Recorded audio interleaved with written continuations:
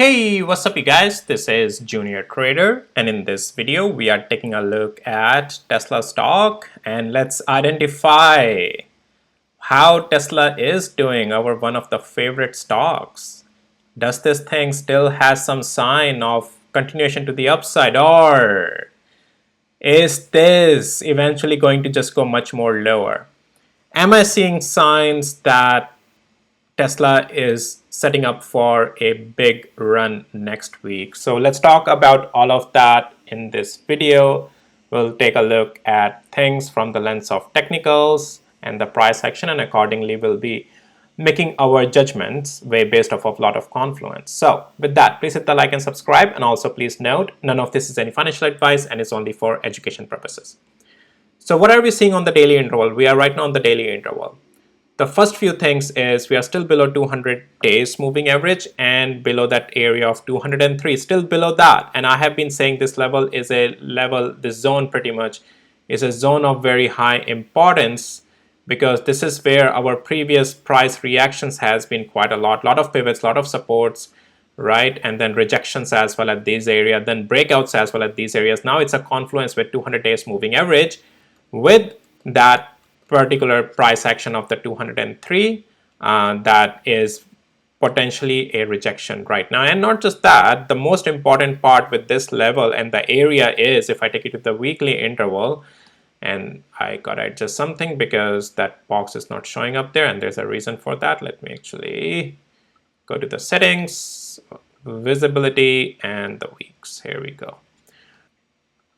And the reason, well, because this also was our inverted head and shoulder pattern that once we broke out of it was a great support, and right was the neckline for it, and we got above that, got good moves, and then once we now broke this, meaning we have lost that pretty much the structure, right? Inverted head and shoulder bullish structure, we lost it after breaking below this level. So if we want to regain back again into that bullish structure territory, we want to get above $203, and that very much 200 days moving average, the confluence there, right? Based off of all these areas. Now you get my point as well, right? Why this area is so important. Now with that, does this have enough strength to break out and above of it? Because that's what we need to see. So what are we seeing in the price action so far? What are we seeing is that every time, every day, we are still having a higher pivot. It's still a higher pivot. Even today, any pullback that is coming is still holding a higher pivot than the previous day low. So yes, the buyers are sitting in this zone here, right? This is the zone of the buyer stepping in, and that's what we want to see, right? Now, as long as Tesla can stay even on Monday above 198.83 cents, we have very high chance of breaking finally above 200 days moving average and above 203. For more details, let's go to actually hourly interval. That's where things will get much more clear. So that's pretty much now it's apparent, right? We have a higher pivot here, right? We are able to hold above 191, still holding a higher pivot than the yesterday, right?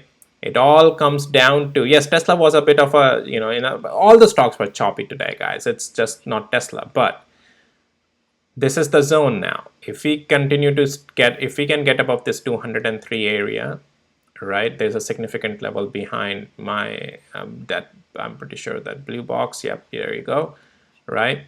And once we get above this 203, definitely that's setting up strength to the upside. Definitely I expect intraday 200 hours moving average price would react there, and then we'll see. But just getting above 200 days moving average with these higher pivots, with the buyer stepping in here, right, and higher pivots are still there, this is the zone. If we can get above 203 with 200 days moving average, even if we, let's say 200 hours moving average, we reject there, if we still hold 203, because that becomes an area of pullback and a zone, there's a high likelihood we may continue higher. 214 or 200, almost 215 around is the next level to watch then. But that's very important. If anytime Tesla breaks below 198.85 cents, your hopes would again be shattered as a bull, right? And accordingly, you will reverse the sentiment as a bear. As a bear, you don't want to see it get above 203. As a bear, you want to see it break below 198.77 area, this zone, the lower level, right? So that's that.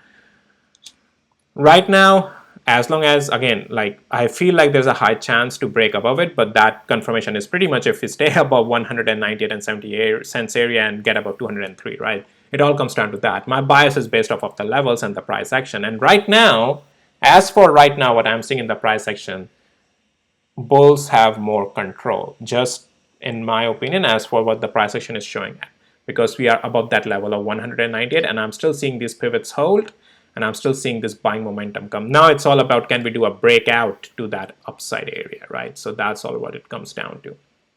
All right, so that's Tesla. I also want to spend very little time on SPY and QQQ. I'll talk about this with the tech stocks over the weekend as well in much more detail, but SPY is continuing to stay above that 524, and I said above that we'll just expect an upside play and the bullish play, and we are getting that.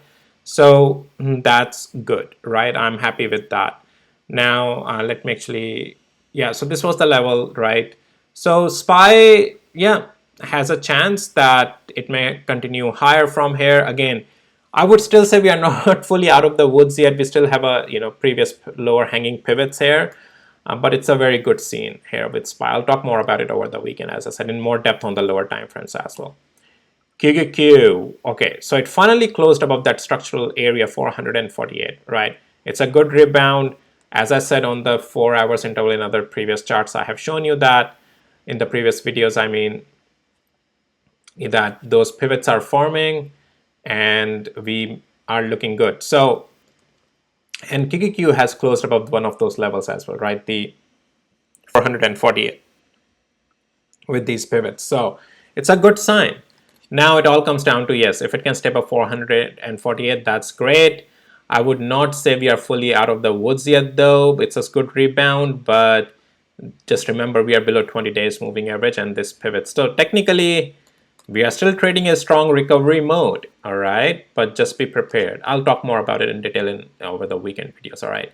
Okay, guys, that's it for this video. And please hit the like, subscribe if you found it helpful and valuable, and I'll see you in my next videos. Bye.